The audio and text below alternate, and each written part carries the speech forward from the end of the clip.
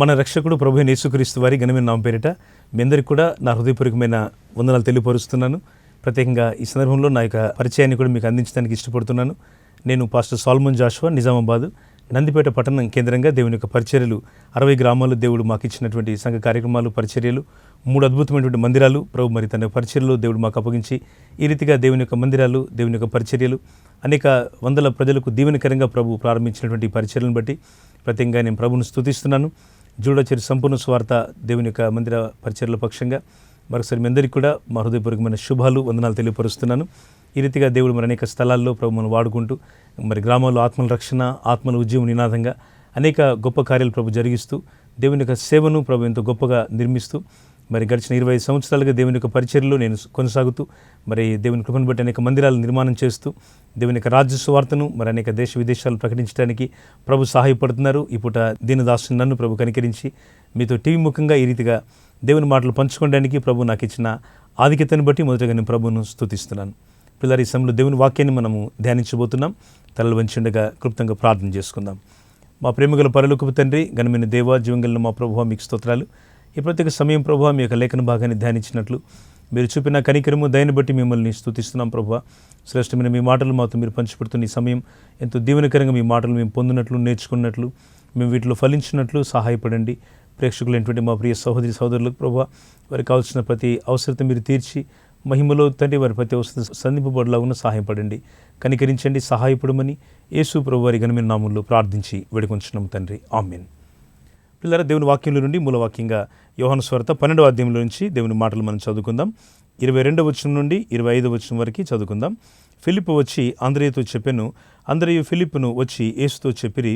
అందుకు యేసు వారితో ఇట్లనెను, మనిషి కుమారుడు మహిమ పొందవలసిన గడియ వచ్చి ఉన్నది. గోధుమ గింజ భూమిలో పడి చావకుండా ఎడల అది ఒంటిగానే ఉండును, అది చచ్చిన ఎడల విస్తారముగా ఫలించును. తన ప్రాణమును ప్రేమించువాడు దానిని పోగొట్టుకొనును. ఈ లోకములో తన ప్రాణమును ద్వేషించువాడు నిత్యజీవం కొరకు దానిని కాపాడుకొండని మీతో నిశ్చయముగా చెప్పుచున్నాను. పిల్లరా, లేఖన భాగాన్ని మనం చూసినప్పుడు యేసుక్రీస్తు ప్రభువారు తాను ఎందుకు ఈ లోకానికి వచ్చినారో ఈ సందర్భాన్ని ప్రత్యేకంగా ప్రభు అనేక రకాలైన మనుషులకి ఈ విషయాన్ని వ్యక్తపరుస్తూ ప్రభు తన రాక ఉద్దేశాన్ని స్పష్టంగా తెలియపరుస్తున్నారు. దేవుని మందిరాలు కానీ, ఇలాంటి అద్భుతమైనటువంటి టీవీ పరిచయ ద్వారా కానీ, మరి క్రూసైడ్స్ ద్వారా, సభల ద్వారా, సెమినార్స్ ద్వారా మందిరాల్లో కానీ మరి ఈ రీతిగా దేవుని పరిచర్య ఎందువలన ప్రభు విస్తరింపజేస్తున్నారంటే మళ్ళీ తన రెండవ రాకడ యొక్క ఉద్దేశాన్ని యేసు ప్రభు వారు స్పష్టంగా మానవాళికి తెలియపరుస్తున్నారు. మహిమపరచబడిన క్రీస్తు అనేటువంటి శీర్షిక ద్వారా ఈ యొక్క వాక్యాన్ని మీకు అందిస్తున్నాను. మనం చూస్తున్నట్టయితే యేసు ప్రభు వారు మహిమపరచబడిన వారుగా ఉన్నారు. ఆయన మహిమలో ఉన్న వ్యక్తి, మహిమలో ఉన్నటువంటి దేవుడు, దేవత్వం యొక్క సర్వ సంపూర్ణత, పరిపూర్ణత శరీరముగా తన నివసింపబడుతున్న విషయాన్ని ప్రభు ఎరిగి ఈ లోకానికి ఆయన సామాన్యుడిగా వచ్చినాడు. ఆయన రాక ఉద్దేశాన్ని మనం చూస్తే పాపులను రక్షించడానికి ఈ లోకానికి నేను వచ్చినానని ప్రభు తెలియజేస్తున్నారు. జక్కయ్య అనేటువంటి ఎరికో పట్టణంలోని ధనవంతుడైనటువంటి ఒక వ్యక్తి ఇంట్లో యేసు ప్రభు వారు వచ్చి ఆయన స్వయముగా ప్రభువారు జక్కయ్యతో ఉన్నటువంటి ఆ సమూహం అంతటి కూడా జక్కయ్యతో ప్రభు చెప్తున్నారు, నశించిన దానిని వెతికి రక్షించుటకు మనుష్య కుమారుడు ఈ లోకానికి వచ్చినాడు. పిల్లలు, ఈ లోకంలో మానవుని జీవితం ఎన్ని కలిగి ఉన్నా, ఎంత గొప్ప గొప్ప పరపతి, హోదా, ధనము, అంతస్తు, ఐశ్వర్యము, రకరకాలైనటువంటి సౌకర్యవంతమైన పరిస్థితులు మానవుని జీవితంలో కలిగిన ఈ ఒకవేళ మనిషిని నడిపిస్తూ ఉన్నా ఒక విషయాన్ని మనం తప్పక గమనించాలి. మానవుని జీవితం నశించిపోయిందే. జన్మ, కర్మ, పాపముల యొక్క ఫలితమైనటువంటి మనిషిని యొక్క జీవితం పాపం వలన కలిగినటువంటి మరణాన్ని యేసు ప్రభు వారు తప్పించడానికి ఆయన శరీరధారి ఈ లోకానికి వచ్చినాడు. ఆయన శరీరాన్ని ధరించి ఈ లోకానికి వచ్చినాడు. యోహాను సువార్తికుడు రాస్తూ అంటున్నాడు, వాక్యము శరీరధారి అయి కృపాసత్య సంపూర్ణుడిగా మన మధ్య నివసించను అంటున్నాడు. దేవుడు తన యొక్క రూపాన్ని ఆయన ఈ లోకానికి ఒక వాకుగా దిగివచ్చి శరీర రూపాన్ని ధరించి ఒక సామాన్యమైనటువంటి నావలే మీవలే యేసు ప్రభు వారు కలువరి శిలువలో ఆయన తన యొక్క ప్రాణాన్ని అప్పగించుకోవడానికి, తాను ఒక గొప్ప దహన బలిగా, ఒక గొప్ప బలిర్పణ మానవుల కొరకు చేయడానికి యేసుక్రీస్తు ప్రభు వారు ఈ లోకానికి వచ్చిన ఉద్దేశము తన ప్రాణమునిచ్చి ప్రతి మానవుని కూడా ఆయన విమోచించడానికి ఇష్టపడుతున్నాడు. మనం చూస్తే లేఖన భాగంలో యోహాను సువార్త 12వ అధ్యాయాన్ని మనం చూసినట్టయితే ఒక అద్భుతమైనటువంటి విందు మనం చూస్తూ ఉన్నాం. ఈ విందు ఏమిటంటే చనిపోయినటువంటి వ్యక్తి లాజరును యేసు ప్రభు వారు లేపినారు. సమాధిలో నుండి యేసు ప్రభు వారు లాజరును రా అని పిలిచినారు. చనిపోయినటువంటి వ్యక్తి సమాధిలో ఉన్నాడు. చనిపోయిన వారిని మరి సమాధి చేయడం సాధారణమే. సమాధిలో ఉన్న వ్యక్తి ఏ స్వరాన్ని వినలేడు. సమాధిలో ఉన్న వ్యక్తి ఏ శబ్దానికి స్పందన వ్యక్తం చేయలేడు. కానీ ఇక నిలబడిన వ్యక్తి ఎవరో తెలుసా? సమస్తమైనటువంటి విశ్వమంతటి కూడా ప్రభు అయినటువంటి దేవుడు, జీవానికి అధిపతి అయినటువంటి జీవాధిపతి సమాధి వద్ద నిలబడి మాట్లాడుతున్నాడు. సమాధి లోపల ఎవరున్నారంటే లాజరు ఉన్నాడు. లాజరును సమాధిలో ఉన్నటువంటి స్థితి అనగా మరణము అనేది లాజరును ముంచివేసింది. లాజరు మరణించిన వాడై ఉన్నాడు. కాబట్టి ఈ లాజరును ఈ శబ్దం వినేటువంటి పరిస్థితిలో కానీ, స్పందించేటువంటి పరిస్థితిలో కానీ లాజరు లేడని మనం ఇట్టే గ్రహించవచ్చు. అయితే ఇక్కడ నిలబడినటువంటి మరి సృష్టికర్త అయినటువంటి దేవుడు, ఆయన సర్వశక్తి గల దేవుడు మాట్లాడుతూ లాజరును బయటికి రా అంటున్నాడు. జీవాధిపతి మాట్లాడుతూ ఉంటే మరణానికి అధిపతి అయినటువంటి సాతాను భయపడిపోతున్నాడు. వాడు వణికిపోతున్నాడు. లాజరులోనికి జీవం ప్రవేశించింది. దేవునికి స్తోత్రం. ఈ ప్రత్యేకంగా శ్రమ దినాల్లో దేవుని వాక్యాన్ని ధ్యానిస్తుండగా, యేసుక్రీస్తు ప్రభు యొక్క ప్రశస్తమైన శిలువ ధ్యానాల్లో మనం ఉంటుండగా, ఈ పూట ఈ ధ్యానాన్ని మన హృదయాల్లో ఒకవేళ మరణకరమైన స్థితి అనగా అది ఒకవేళ పాపం వలన కానివ్వండి, రోగం వలన కానివ్వండి, పరిస్థితుల వలన కానివ్వండి, జీవితంలో చిద్రమైన పరిస్థితుల మధ్య ప్రభువైన యేసుక్రీస్తు వారు ప్రతి మానవుని కూడా జీవంలోనికి దాటించడానికి దేవుడు ఇష్టపడుతున్నాడు. ఎందుకనగా ఆయన మనల్ని పిలుస్తున్నాడు. అసలు క్రైస్తవులను పిలుపు అదే కదండి. ఎక్లేషియా అనేటువంటి గ్రీక్ పదానికి అర్థము కాల్డ్ అవుట్ సెయింట్స్ అంటాడు. అంటే పిలువబడినటువంటి పరిశుద్ధులు. దేవుడు లోకంలోని మనల్ని పిలిచినాడు, పరిశుద్ధులుగా ఉంటకు పిలిచినాడు, పరిశుద్ధత కలిగి జీవించటకు పిలిచినాడు. ఈ పిలుపు చాలా శ్రేష్టమైందండి. అందుకే దైవజనుడైన పౌలు రాస్తూ అంటాడు, సహోదరులారా మిమ్మల్ని పిలిచిన పిలుపును చూడుడి, మీలో లోకరీతిని అనేటువంటి అనేకమైన సంగతులు చెప్తూ అంటున్నాడు. ఆయన వెర్రివారిని ఏర్పరచుకున్నాడు, తృణీకరింపబడిన వారిని ఏర్పరచుకున్నాడు, లెక్కలో లేని వారిని ఏర్పరచుకున్నాడు. మానవ జీవితంలో కొట్టబడిన స్థితి, శాపగ్రస్తమైన స్థితి, ఏమాత్రం కూడా విలువలేని స్థితి, ఏమాత్రం కూడా మహిమకరం కాని స్థితి, మనుషుడు తన జీవితంలో మరణాన్ని మూటగట్టుకున్న తర్వాత పాపం వలన వచ్చేటువంటి జీతమైన మరణాన్ని, మనిషి మరణంలో ఉన్నాడు కనుక ఏది గ్రహించలేడు, దేవుని యొక్క జీవాన్ని చూడలేడు. అనేక మంది రోజుల్లో ప్రభు యొక్క ప్రేమను తెలుసుకోలేకపోతున్నారు. కారణం ఏంటో తెలుసా? తమున్న స్థితి ఏమిటో వారికి తెలియడం లేదు. దేవుని వాక్యం అంటా ఉంది, దేవుని మాటలు మనం వింటుండగా లాజరు దగ్గరికి, సమాధిలో ఉంచబడిన లాజరు వద్దకి యేసుక్రీస్తు ప్రభు వారు స్వయంగా నడుస్తూ వచ్చి లాజరును పిలుస్తున్నాడు. లాజరు నువ్వు బయటికి రా అంటున్నాడు. ఇంత అద్భుతమైన పిలుపు చూడండి. యేసుక్రీస్తు ప్రభు వారు ఒకరే ప్రతి మానవుణ్ణి ఈ లోకంలో మరణకరమైన స్థితి నుండి, అనగా మానవుడు ఏదో ఒకరోజు మరణాన్ని పొందక తప్పదు. లాజరు మళ్ళీ ఏదో ఒకరోజు మరణించి ఉంటాడు. కానీ మానవుని జీవితంలో నిత్య జీవానికి మనుషులు వారసులు అవ్వాలనే యేసు మానవుడికి ఈ లోకానికి వచ్చినాడు. ఎంత గొప్ప ప్రేమ! దేవుని వాక్యం అంటా ఉంది, నశించిన దాన్ని వెతికి రక్షించుటకు మనుష్య కుమారుడు ఈ లోకానికి వచ్చినాడు. ఆయన రాక ఉద్దేశాన్ని మరొకసారి మనం జ్ఞాపకం చేసుకోవాలి ప్రియులారా. ఈ సందర్భంలో మనం చూస్తే లాజరును యేసయ్య తిరిగి లేపిన తర్వాత గొప్ప విందు చేసినారు. ఆ ఇంట్లో మార్తా, మరియా అనేటువంటి లాజరు యొక్క ఇద్దరు సహోదరులు కూడా ఉన్నారు.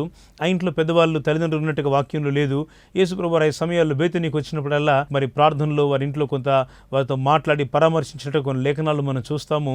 కానీ ఇక్కడ లాజరు మరణించి ఉంటే ప్రభు తిరిగి లేపి వారి సహోదరులిద్దరికి కూడా లాజరును అప్పగిస్తున్నాడు. అది చాలా అద్భుతమైనటువంటి మరి ఘట్టము సన్నివేశం పిల్లారా. అందుకే అక్కడ గొప్ప విందు చేస్తున్నారు. అందుకే యేసు ప్రభు వారు పస్కా పండుగ 6 దినముల ముందుగా ఆ బేతనీకి రాగానే చాలా అద్భుతమైనటువంటి విందు అక్కడ జరుగుతూ ఉంది. విందు అనగా ఆరాధన అని అర్థం. ఈ రోజులు మన ఆరాధన ప్రభు కోరుతున్నారు. లోకంలోని విందు వినోదాల కంటే, లోకంలోని ఐహికమైన పరిస్థితుల కంటే, లోకంలోని మానవుడు వాంఛించి కోరుకునేటువంటి, మానవుడు తనకు క్షేమాధారంగా భావించేటువంటి విషయాల కంటే యేసు ప్రభు సన్నిధి చాలా ప్రశస్తం ప్రియులారా. అందుకే లెంట్ దినాల్లో, ఈ శ్రమ దినాల్లో ప్రభుత్వం మన యొక్క నడక, ప్రభుత్వం మన యొక్క వ్యవహారం, ప్రభుత్వం మన యొక్క భక్తి జీవనం, ప్రభుత్వం మన యొక్క విశ్వాస సంబంధమైన ప్రయాసం ముందుకు సాగాలని దేవుడు కోరుకుంటున్నాడు. అందుకొరికే మన ప్రభు గొప్ప రక్షణని ఇచ్చినాడు. కొంతమంది దాన్ని తప్పక మీరు అనుకోకూడదు, కానీ కేవలం శ్రమ దినాల్లో మాత్రమే ప్రభుత్వం నడిచి మిగతా సంవత్సరం అంతా కూడా వాక్యాన్ని, ప్రార్థనను, ఉపవాసాన్ని, దేవుని యొక్క క్రమశిక్షణను, విశ్వాస సంబంధమైనటువంటి నీతిని చాలామంది రోజులు మర్చిపోయేవారుగా కూడా ఉన్నారు. వారికి ఈస్టర్ తర్వాత ఇంకా మందిరం పెద్ద జ్ఞాపకంలోకి రాదు. నేను మీకు జ్ఞాపకం చేస్తున్నాను, దేవుని దాసునిగా, సేవకునిగా మనం ఈ పూట దేవుని వాక్యం వింటుండగా ఒకవేళ మన హృదయాల్లో కూడా సాతాను ఒకవేళ మరణ సాదృశ్యమైన పరిస్థితులను, లేవలేని పరిస్థితులను, ఎందుకంటే మరణం పొందిన వారు లేవలేరు, వినలేరు, మాట్లాడలేరు, చూడలేరు, స్పర్శ లేదు, వారు రుచి చూడలేరు, వారు ఏమీ చేయలేరు. లాజరు అలాంటి కొట్టబడిన స్థితిలో లేక మరణకరమైనటువంటి స్థితిగతుల్లో ఉంటుండగా యేసు పిలుస్తున్నాడు. ఆ స్వరం వినగానే ఆ చనిపోయిన వ్యక్తి లేచి నడుస్తున్నాడు. చాలా అద్భుతమైన ఘట్టం. అందుకే యేసు ప్రభు వారు ఆ స్థలాల్లో ఆయన పునరుత్థానుడైనటువంటి స్థితిలో లాజరును లేపిన తర్వాత తాను పునరుత్థానం చెందబోతున్నాను మానవుల పాపాల కొరకే వచ్చిన తర్వాత అనే విషయాన్ని కూడా యేసుప్రభు వారు ఇక్కడ స్పష్టపరుస్తున్నారు. అందుకే ఒక అద్భుతమైన ఆరాధన ఉంటుంది. ఇక్కడ లాజరు సహోదరి అయినటువంటి మరియమ్మ ఆమె ఏం చేసిందంటే విలువైన అత్తరు తీసుకొని యేసుప్రభు వారి యొక్క పాదములకు పూసింది. ఇల్లంతా కూడా అత్తరు వాసనతో నిండిపోయింది. ఏ మూలలో చూసినా ఆ వీధులు వెళ్ళే వాళ్ళంతా ఆ ఇంటి నుంచి వచ్చేటువంటి సువాసనను చూస్తూ ఉన్నారు. సువాసన అనగా సువార్త, సువాసన అనగా దైవికమైన పరిమళము, సువాసన అనగా దైవ సంబంధమైనటువంటి ఆరాధన, దేవుని ప్రజలుగా మనం ఈ యొక్క వెలుగును. అందుకే భక్తులు అంటాడు, క్రైస్తవులట లోకానికి కిటికీలు లాంటి వారట. ఈ కిటికీల నుంచే మనం ప్రపంచాన్ని చూడగలం. ఇంటిలో కిటికీ నుంచి, మందిరంలో, చర్చిలో కిటికీలో నుంచి బయట ఉన్న సమస్తం మనకు కనబడుతూ ఉంటుంది. యేసుక్రీస్తులోనికి వచ్చిన మనము మనలో నుండి ప్రజలు మన ప్రభువును చూడాలి. మనలో నుండి ప్రజలు యేసుక్రీస్తు యొక్క నిత్య జీవాన్ని చూడాలి. మనలో నుండి ప్రజలు దైవికమైన ప్రేమను చూడాలి. మనలో నుండి ప్రజలు దేవుని ప్రేమతో కూడిన క్షమాపణ కూడా చూడాలి. అందుకే మనం క్షమించకపోతే మనల్ని ఎవరు క్షమించరండి. దేవుడు క్షమించడు. మనం ఇతరులను క్షమించగలిగితేనే, ఇతరుల భారములను మనం భరించగలిగితేనే, ఇతరుల యొక్క శ్రమల్లో మనం కూడా వారితో పాటు కన్నీళ్లు కార్చగలిగితేనే. ఇదే కదండి ప్రభు కోరింది. వాటి కోసమే కదా గొప్ప రక్షణ ప్రభు మనకి ఇచ్చింది. ఒక అర్థవంతమైన, ఒక శ్రేష్టమైన మాదిరికరమైన ప్రవర్తన, ఒక గొప్ప శ్రేష్టమైనటువంటి దైవికమైన క్రమశిక్షణ దేవుడు మనకి యొక్క లెంట్ దినాల్లో ప్రత్యేకంగా జ్ఞాపకం చేస్తూ ఉన్నారు. ఈ సందర్భంలో మనం చూసినట్టయితే యేసు ప్రభు వారు అక్కడ ఆరాధనను పొంది ఆయన యెరూషలేమునకు ప్రయాణమైపోతున్నారు. శ్రేష్టమైనటువంటి, అద్భుతమైనటువంటి, గొప్పదైనటువంటి ఆహ్వానాన్ని యెరూషలేములో ప్రభు వారు పొందుతున్నారు. ఖర్జూర మట్టలు చేతబట్టుకుని వారు ప్రభువును ఆరాధిస్తూ ఉన్నారు, ఘనపరుస్తూ ఉన్నారు, యేసు ప్రభును మహిమపరుస్తూ ఉన్నారు. ఈ సందేశాన్ని మనం వింటుండగా, ఈ మాటలు వింటుండగా ప్రభును మహిమపరచట వారే కాదు, యెరూషలేములోని ప్రజలే కాదు, ఈరోజు ప్రతి మనిషి, జీవించిన ప్రతి విశ్వాసి ప్రభును మహిమపరచడం నేర్చుకోవాలి. నువ్వు దేవుని మహిమపరిచినప్పుడు ఆయన మహిమ నీ మీదకి వస్తుందనే విషయాన్ని నేను మీకు జ్ఞాపకం చేస్తున్నాను. అందుకే ఆ గొప్ప ఊరేగింపు తర్వాత మహిమకరమైనటువంటి, ఆ శ్రేష్టమైనటువంటి ఖర్జూర మట్టలతో ప్రభును ఆరాధించుతూ, విలువైనటువంటి వస్త్రాలు గాడిద పిల్ల కింద పరుస్తూ, ప్రభు కొరకు గొప్ప ఆర్భాటముతో, జయోత్సవంతో వారు మరి దావీదు కుమారునికి జయము హోసన్నా హోసన్నా, దావీదు కుమారునికి జయము హోసన్నా హోసన్నా, ఈ శ్రేష్టమైనటువంటి ఆరాధనను పట్టణమంతా దేవునికి అర్పిస్తూ ఉంది. ప్రియులారా, ఈ ప్రత్యేక సమయాన దేవుని మాటలు వినిచుండగా కేవలము మన మందిరానికి వచ్చి వెళ్ళడమే కాదు, కేవలం ఆచారంగా వాక్యాన్ని ఉదయం పూట అట్లా పట్టుకొని కూర్చోవడమే కాదు, దేవుని మాటలు మనలో ఉండాలండి. దేవుని మాటలు మన విశ్వాస జీవితాన్ని కడతాయి. దేవుని మాటలు, దేవుని యొక్క మహిమ మన జీవితంలోనికి రావడానికి కార్యసాధకంగా ఉంటుందని మనం తెలుసుకుంటున్నాం. ఇక్కడ ఆ పండుగలోనికి, పస్కా పండుగలోనికి వచ్చిన వారిలో అనేక దేశాల నుండి వచ్చిన యెరూషలేములోనికి. అందులో కొందరు గ్రీసు దేశస్థులు కూడా ఉన్నారు. గ్రీసు ప్రజలు జ్ఞానానికి పెట్టింది పేరు. ప్రపంచంలో మరి ఈ యొక్క టెక్నికల్గా మనం ఈ మాటలు ఆలోచన చేస్తే, ప్రపంచంలో తత్వశాస్త్రము కానీ రకరకాలైనటువంటి పురాతన సంబంధమైనటువంటి శాస్త్ర విషయాలు మనం ఆలోచన చేస్తే, ప్రపంచంలో జ్ఞానం అనేది ఈ గ్రీకు వారి చేతులు ఎక్కువగా జ్ఞానాన్ని వారు సముపార్జించిన వారుగా మనం చూస్తాం. చాలామంది ఉన్నారు కదండి, ప్లేటో, అరిస్టాటిల్, చాలా గొప్ప గొప్ప వేదాంతులు కూడా మన ప్రపంచంలో ఉంటారు. వాళ్ళంతా గ్రీకు సంస్కృతిలో నుంచి వచ్చిన వారే కదా. ఇలాంటి గ్రీకు దేశస్థులు యేసు ప్రభువును కలుసుకోవడానికి, యేసు ప్రభుతో మాట్లాడడానికి వాళ్ళు వస్తున్నారు. వారికి ఎంతో కాలంగా ఆశ ఉంది ప్రభువును చూడాలని. వారు ప్రభు దగ్గర సరాసరి రాలేక వారు ఆంధ్రే దగ్గరికి వచ్చి కలుస్తున్నారు.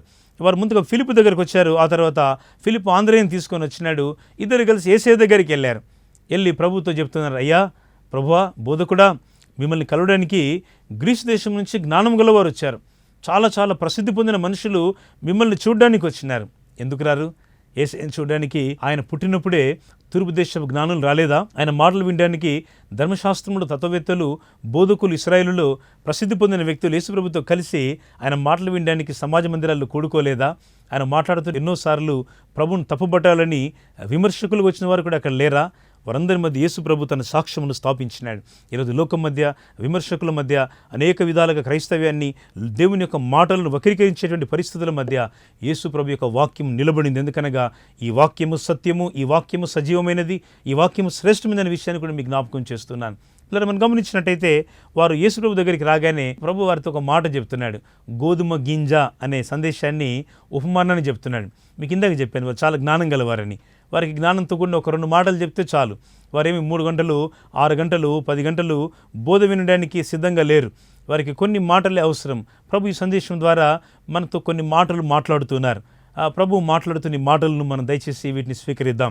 ప్రభు మాట్లాడుతున్నారు, గోధుమ గింజ భూమిలో పడి చావకుండిన యెడల అది ఒంటిగానే ఉండును, అయితే అది చచ్చిన యెడల విస్తారముగా ఫలించును, విస్తారముగా ఫలించును. విస్తారముగా ఫలించును. దయచేసి జ్ఞాపకం చేసుకుందాం మీ మాట.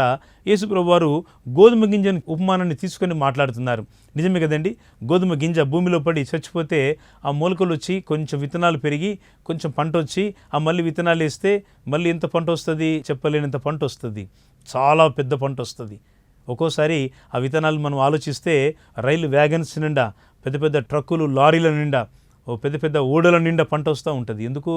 ఆ విత్తనాలు చచ్చిపోయి ఆ పంట వచ్చినప్పుడు మళ్ళీ వాటిని సాగు చేసినప్పుడు ఈ విధంగా ప్రపంచంలో మనం ఎన్ని విత్తనాలు ఇస్తున్నామో పరిమితికి లేనన్ని ఊహించలేంత గొప్పగా పంట మానవాళికి దేవుడు ఇస్తూనే ఉన్నాడు.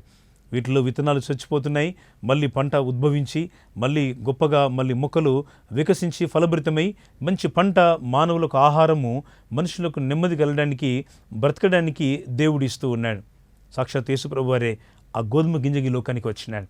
ఆయన భూమిలో పడి చావకుండిన ఎడల, అనగా ఆయన చనిపోయి ఉండకపోతే ఈరోజు ఇన్ని కోట్ల మంది ప్రజలు యేసుప్రభు యొక్క విశ్వాసంలోకి వచ్చేవాళ్ళు కాదు కదండి.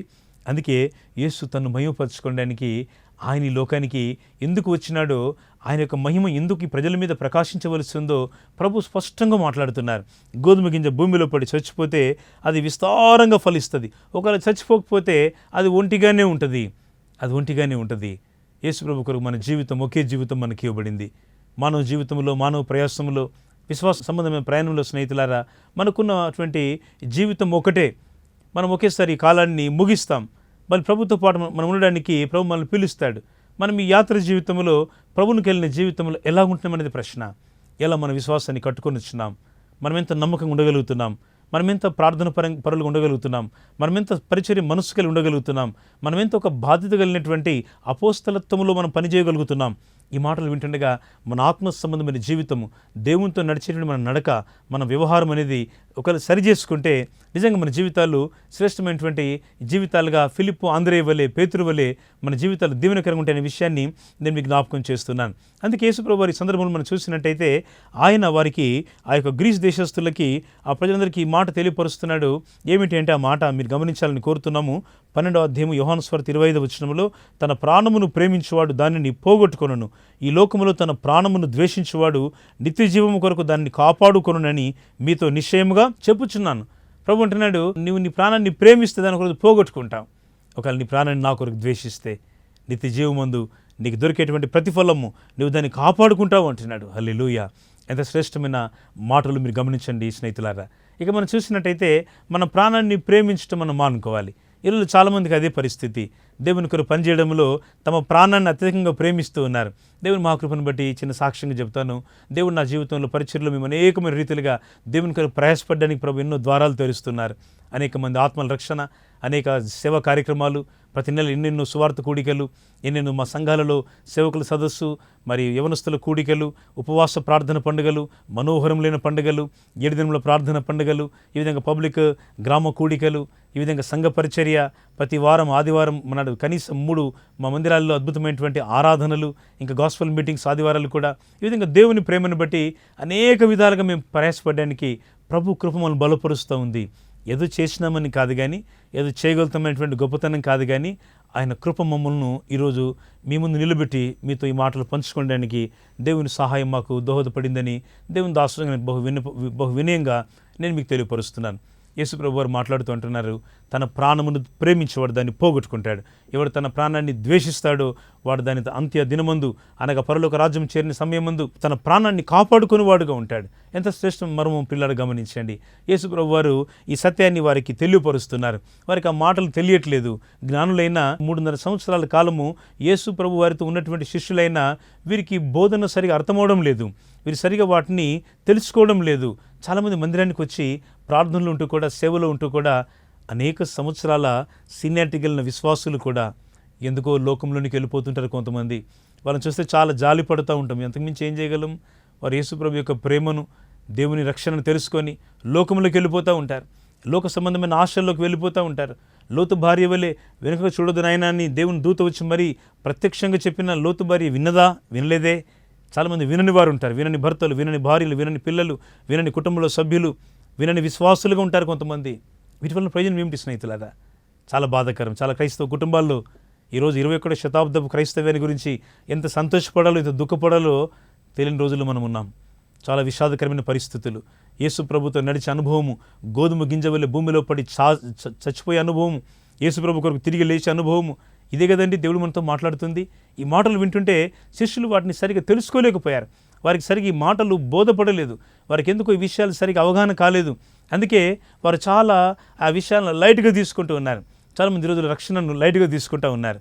రక్షణ పొందడం వారికి ఇష్టమైతే రక్షణ పొందుతారు, లేనట్టయితే రక్షణ పొందరు. ఒకవేళ వారికి ఇష్టమైతే మందిరానికి వస్తారు, లేకపోతే రారు. లేదంటే కుటుంబంలో ఒకరు మందిరానికి వస్తారు. కుటుంబంలో భార్య మందిరానికి వస్తే భర్త రారు, భర్త మందిరానికి వస్తే భార్యలు ఇళ్లలో ఉంటారు. కరోనా టైంలో, కోవిడ్ టైంలో ఒకవేళ చెల్లిందేమో కానీ దేవుడు ప్రస్తుత పరిస్థితులన్నీ కూడా నిమ్మలపరిచి ప్రశాంతతతో దేవుడు నింపినటువంటి ఈ కృపాకాలపు చివరి దినాలు మనం ఉంటుండగా మనోహరమైన దైవ సన్నిధికి దేవుని ప్రేమతో నువ్వు పరిగెత్తుకొని రమ్మని దేవుని దాసుగా నేను మీకు ఆహ్వానం తెలియపరుస్తున్నాను. ఎందుకనగా దైవ సన్నిధిలో నీవు రాక దేవుడు ఎదురు చూస్తున్నాడు. నువ్వు రావాలి ఆయన సన్నిధికి. ఆయన సన్నిధిలో నువ్వు ప్రార్థనలు గడపాలి, స్తుతించాలి.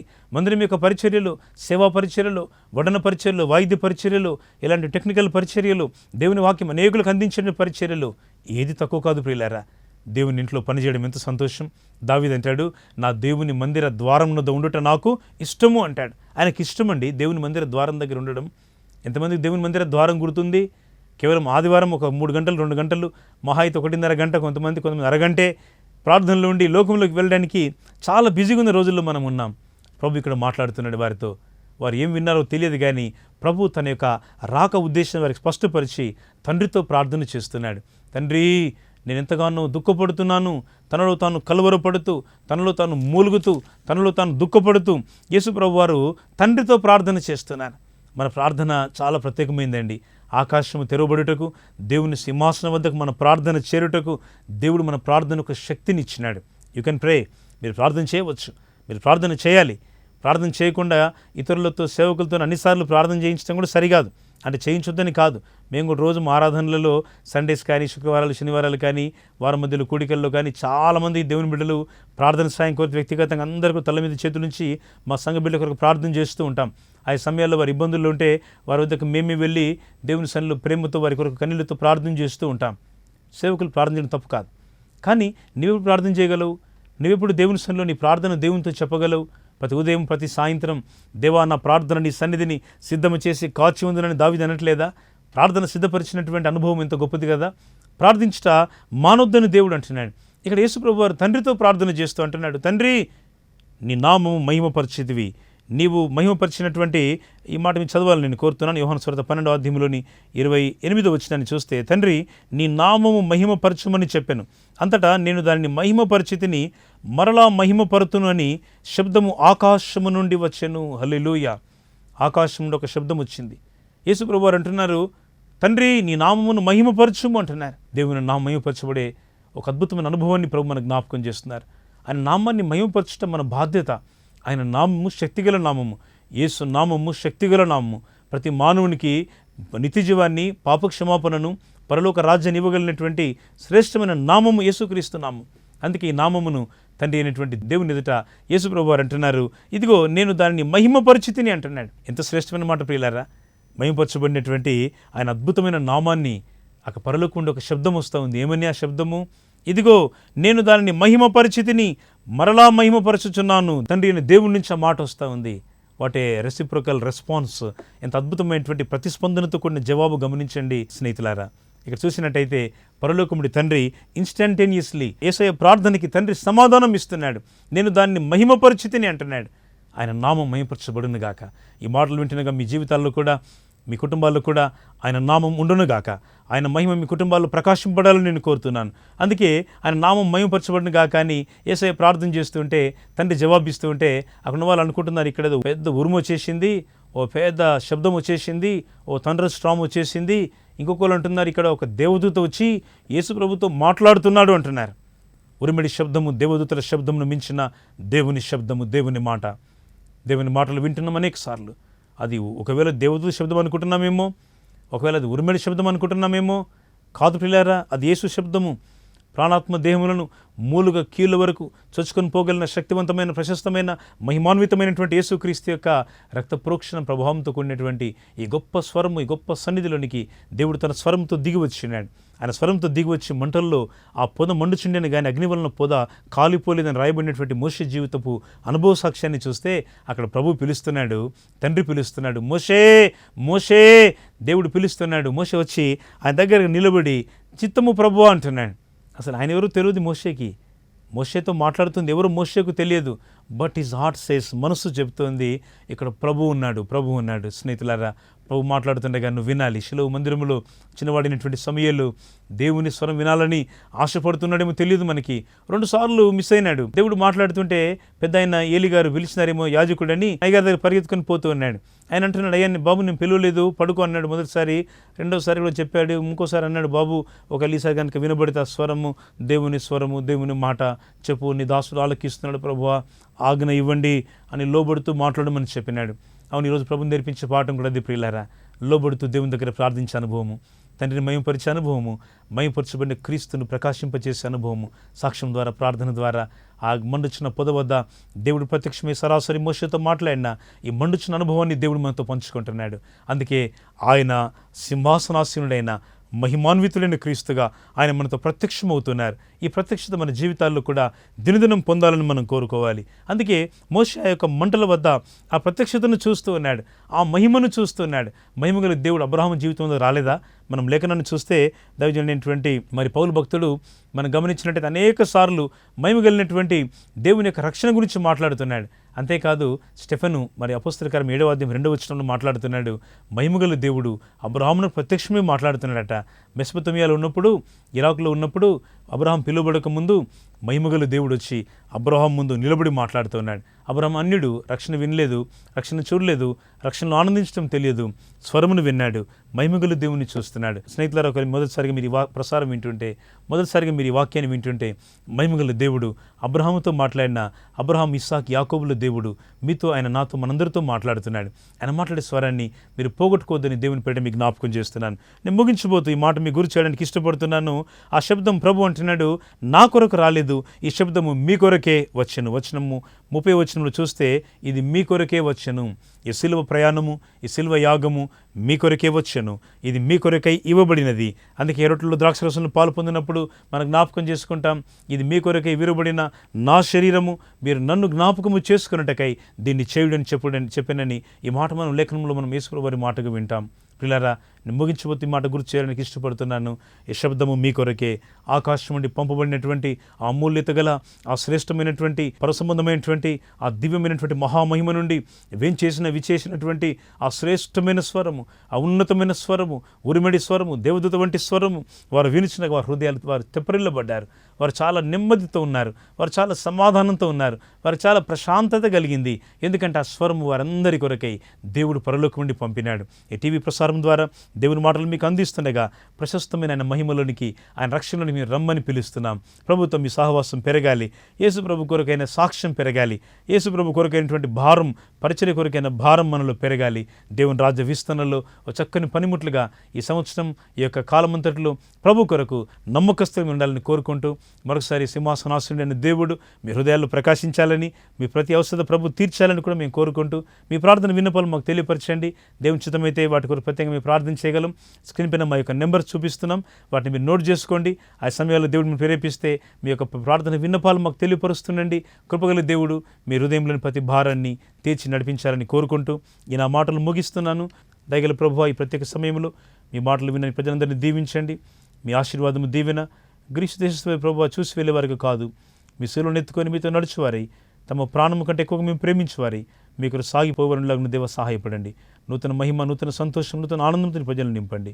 ఇటీవల ప్రసారం ద్వారా దీవించిన ప్రతి కుటుంబాన్ని బట్టి మీకు స్తోత్రాలు వర్ధిల్లు చేయండి. యేసు ప్రభు వారి ఘనమైన నామములో ప్రార్థించి వేడుకొంచున్నాము తండ్రి, ఆమేన్. హృదయపూర్వక వందనాలు తెలియపరుస్తున్నాము. దేవుడు మిమ్మల్ని దీవించి ఆశీర్వదించును గాక, ఆమేన్.